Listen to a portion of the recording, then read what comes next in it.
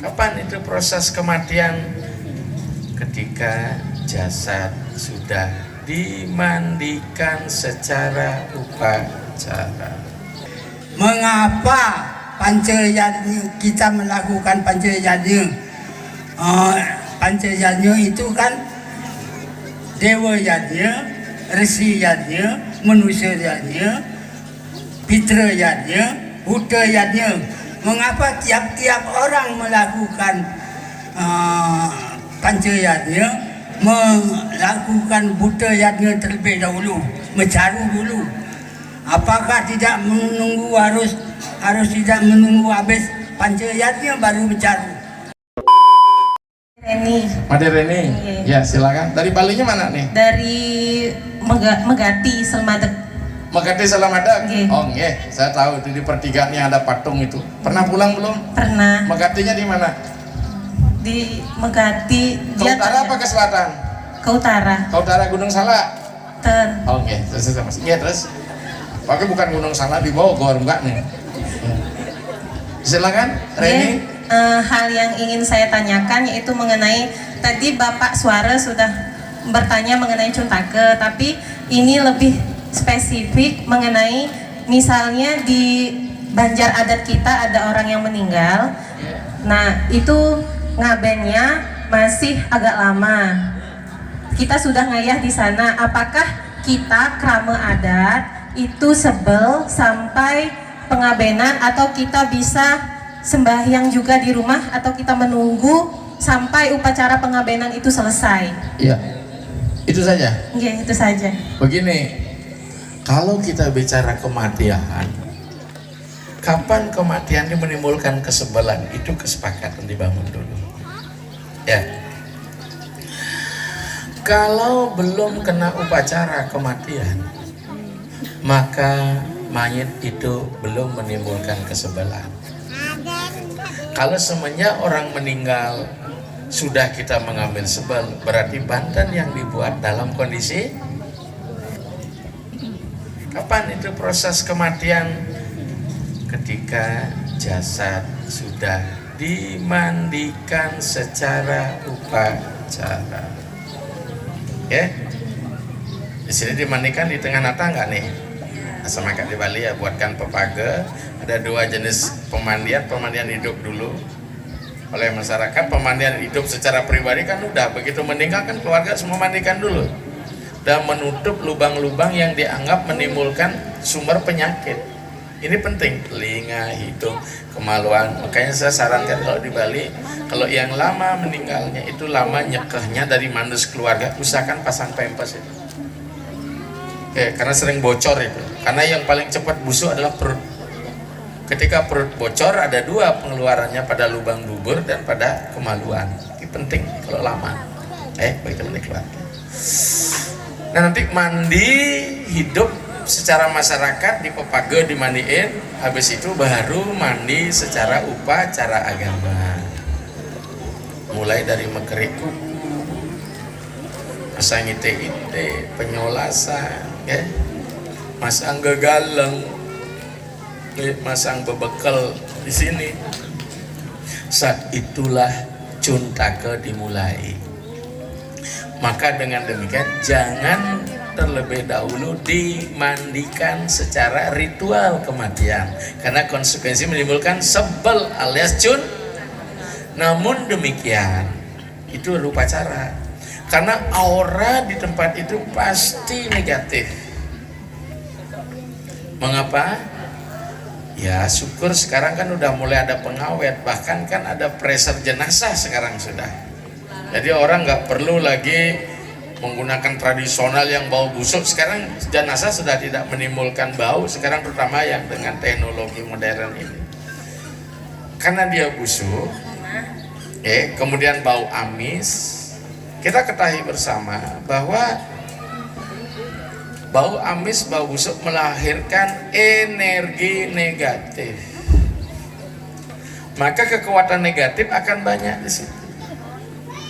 Makanya kalau orang ya dalam urusan ilmu negatif suka pada orang kematian, suka pesta kuburan, dekat pada orang melahirkan seperti itu. Jadi aura di situ adalah aura negatif. Ya, kalau Anda balik dari tempat itu walaupun belum ditetapkan sebel karena belum dimandikan secara upacara agama kematian, maka tetap Anda melukat sampai di rumah. Berarti kita nggak perlu menunggu Banten Prastita gitu dari Nggak usah, nanti prasitanya itu baru akan digunakan setelah selesai upacara di kuburan. Berarti ini ide saya ingin bertanya satu hal lagi. Iya, iya. Nah itu kan pada acara kematian. Apa boleh seorang pemangku yang mubut, apa kita harus mencari seorang sulingge? Kalau hanya mau penem,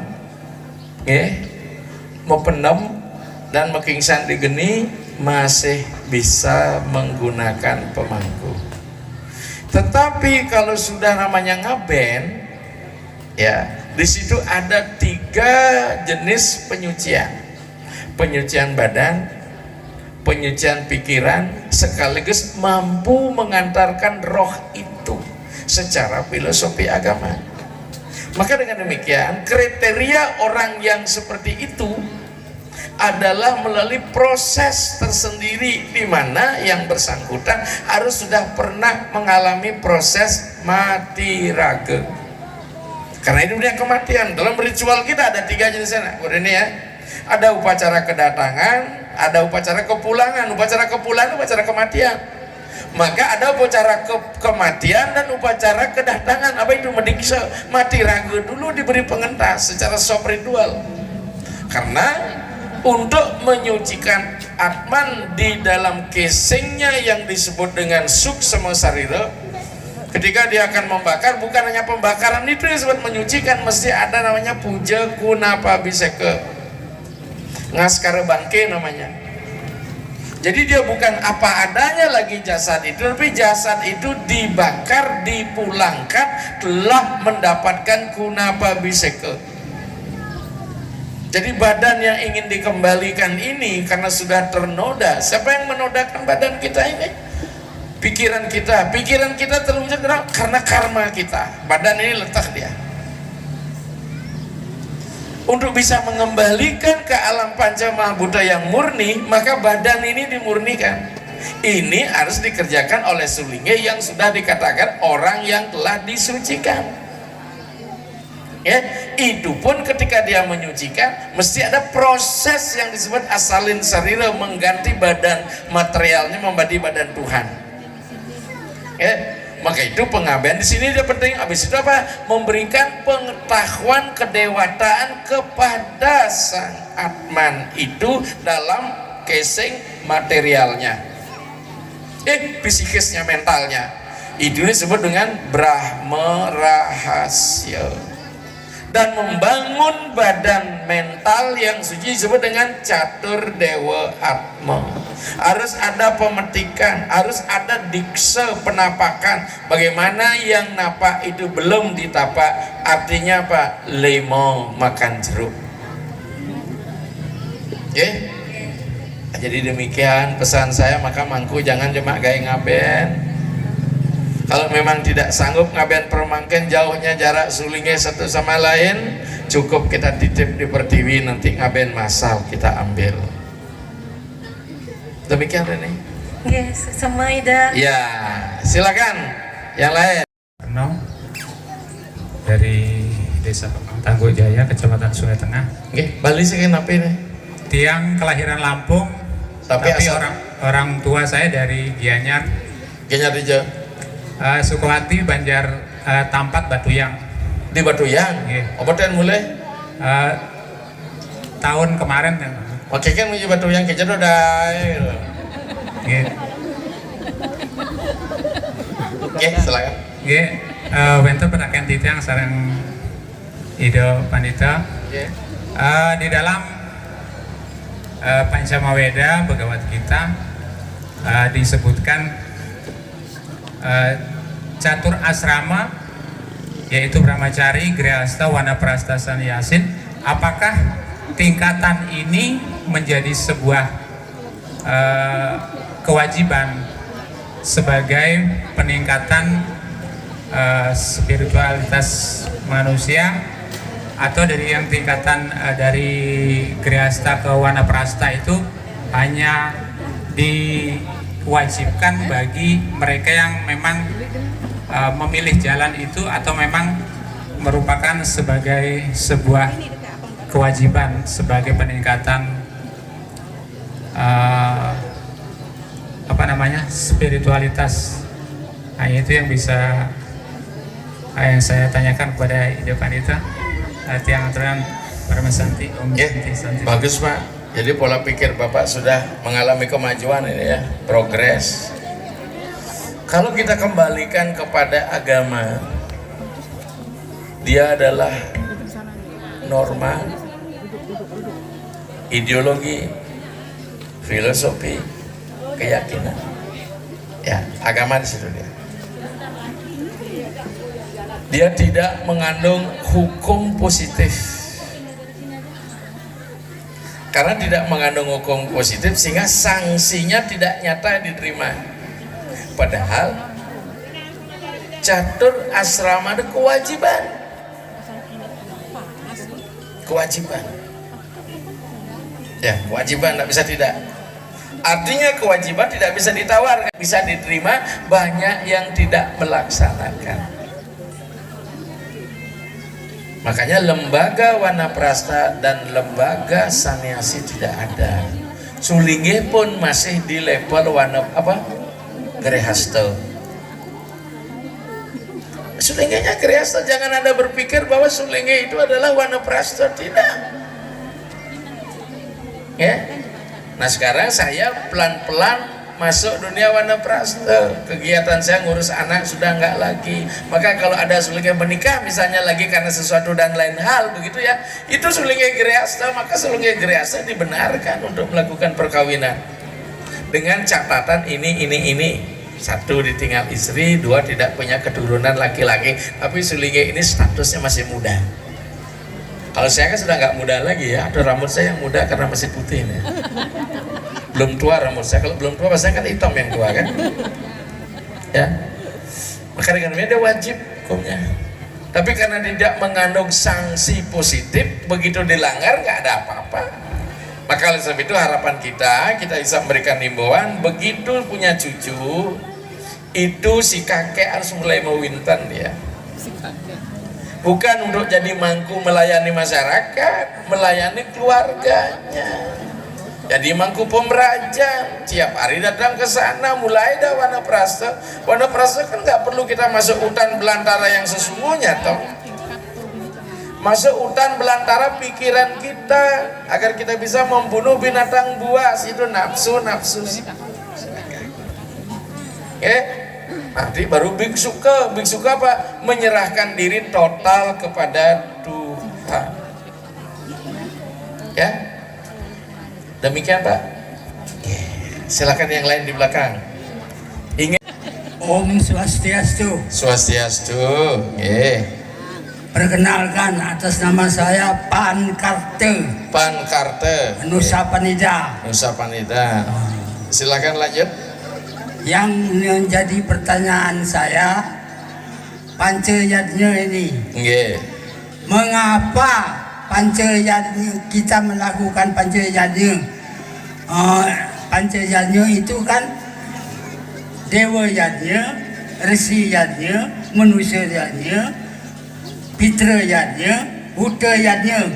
Mengapa tiap-tiap orang melakukan Pancayatnya, melakukan Buddha Yatnya terlebih dahulu, mencaru dulu? Apakah tidak menunggu harus tidak menunggu habis Pancayatnya baru mencaru? Demikian pertanyaan saya. Maafkan kalau ada pertanyaan saya ada yang kurang baik, karena kami orang yang bodoh gitu ya. Lamun bodoh saya bisa metakon. Maka metakon dia. Nih Pun, sampun, di komandan. Ampun, Oke, Pak Karlo. Berapa usianya sekarang, Pak? 82. 82. Iya. Plus sudah dapat bonus. Dua loh. Jangan-jangan seumur itu belum ada di Makbo itu berdur di Rong Kedul. Kebablasan itu, Pak. Aku masih dong ya. Tadi terlewatkan absen di Niskalo. Kok lewat nih? Ternyata nggak dipanggil Pankarte gitu ya. Masih bersuka, masih bisa lihat. Yang menjadi unik itu kacamatanya yang hitam. Ya beniki Pak Karte ya. Atau siapa nama cucunya? Ini foto.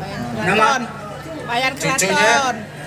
Wayan cucunya Wayan Keraton. Oh, Wayan Paling Keraton. tertua. Oh, jadi Pak Keraton ya. Begini.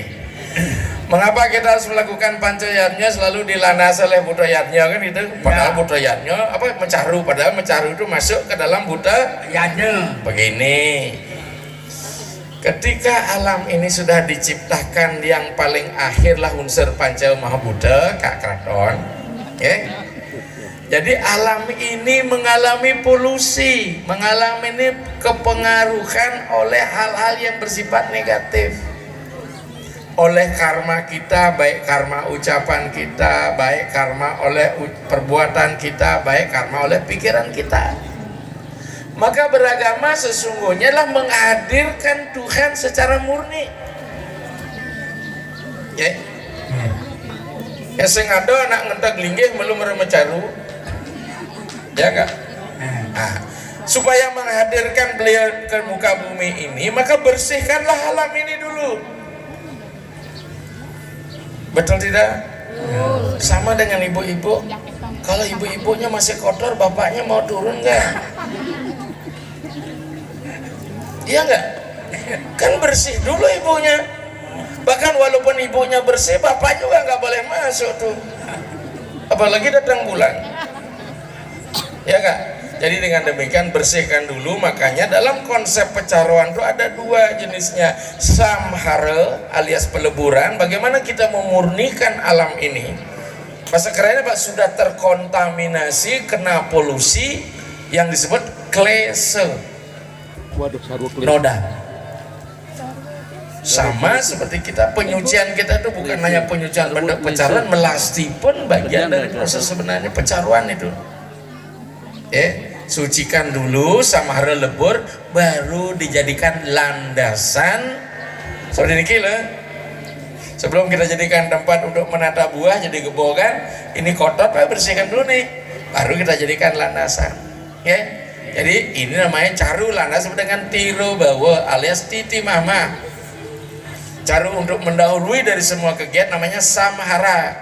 Sam artinya bergabung, hara ke siwa. Murnikanlah semua material kita gabung menjadi perwujudan siwa. Siwa bumi, siwa toyam, siwa tejo. Sapunika peka keraton. Terima kasih. Terima kasih. Yang lain Atas kejelasannya. yang di belakang tuh yang Pak. Jaswara. Jaswana. Hah? Jaswana. Jaswana. Yang ring Tabanan nih Pak. Taban apa? Banjar Sudimara Cengulu Tabanan. Cengulu. Ini kan tukang ketok mejik. Menawi nih Pak, yang belum pernah pulang ke Bali. Oh, belum pernah. Berarti lahir Riki. Syukur saya dipanggil Bapak karena saya laki-laki. Itulah sekurang-kurangnya. Silakan aja. Yang menjadi pertanyaan tiang nih tentang masalah penyurutan dasar sara nih Pak. Ratu. Pada tek ada ceraka nih yang teriwang nih yang huruf A di dagingin ulu nih kan tanda dos amale, tapi sudah berbunyi I itu kan.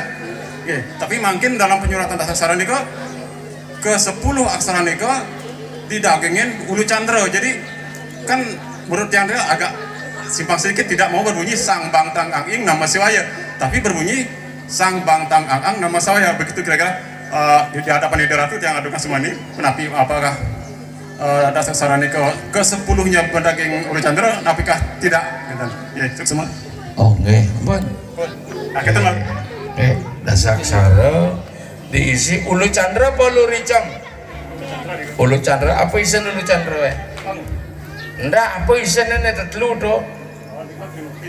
Ndak, isennya padang itu. Arda candra windu nada akan disuarakan eng, senoang. Sa jadi sang, bang, ba jadi bang. Terus apanya disebut? Kenapa kalau diisi ulu menjadi Ini kan sang bangtang angin. Terus Tapi kan 10-nya niko berisi pada Guru Chandra. Apakah mau berbunyi sang bangtang angin? Napiten. kalau sudah semua berisi ulu candra, semua menjadi sang bangtang angin. Tidak bisa tidak kalau sudah ulu candra berisi, kalau ulu ricam berisi, sing sang bunyinya, bem bunyinya, sem gitu loh. Jadi kan iwang nih kan. Dan kalau diisi ulu yang buntar saja, tidak berisi gini, dia tuh ulu cara gede ulu sari, i bunyinya, ya itu namanya na. Jadi nih kalau isi ulu kemudian diisi suku, mati hurufnya, maka huruf Bali tidak boleh dicoret. Tapi kalau L diisi I, isi na U, berat menjadi itu. Lo mau lu berada nih? Apa? Mau lu? Mau suku? Lu. Mangku gede ya. Li mau lu? Lo mau lu li? Jangan itu disampaikan. Ya. Kalau ulu itu semua nih, ya maka berbeda antara ulu candra dengan ulu biasa pasang aksaranya. Misal kalau semua diisi bukan sang bangtang angin bunyinya si bi gitu bunyinya, kalau diisi lingkaran itu. Silakan. Uling cengolo sudi mare pandaya ganggo. Saya seluruh Bali desa udah saya kunjungi.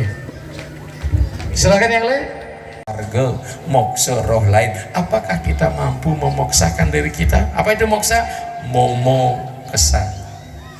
Momo kita. Ma om papo ham papo karm papatmo papo. Mama saya keegoan kita. Kesama sama. Ini yang penting. Ngiku. Makanya sesana benehang, pengetahuan agama benehang, paling tidak paham dengan ajaran Siddhanta, bukan hanya mengganti kulit dengan casing leneng hebat dipendak kamu mai, bukan itu. Ingat? Mangku? Tadi ke sanden meten Yang terakhir ya, yang terakhir ini. Ya, karena masih ada. Kayangan pusah Niki wetan. Ada satu tempat. Ada satu ring kayangan pura desa. Hingga sebenarnya satu kayangan boleh, desa pusat dalam boleh, tetapi filosofinya kita lihat. Desa Brahma, pada diri manusia kedudukan hati. Pusat Wisnu adalah empedu. Nyali bahasa Baliku. Tadi sing nyali dijat tongos nyali ja ati ya. Nyali boleh di dalam jadi desa pusat boleh dijadikan satu pelemahan. Ibaratkan hati dengan nyali, hati dengan empedu, jadi itu boleh.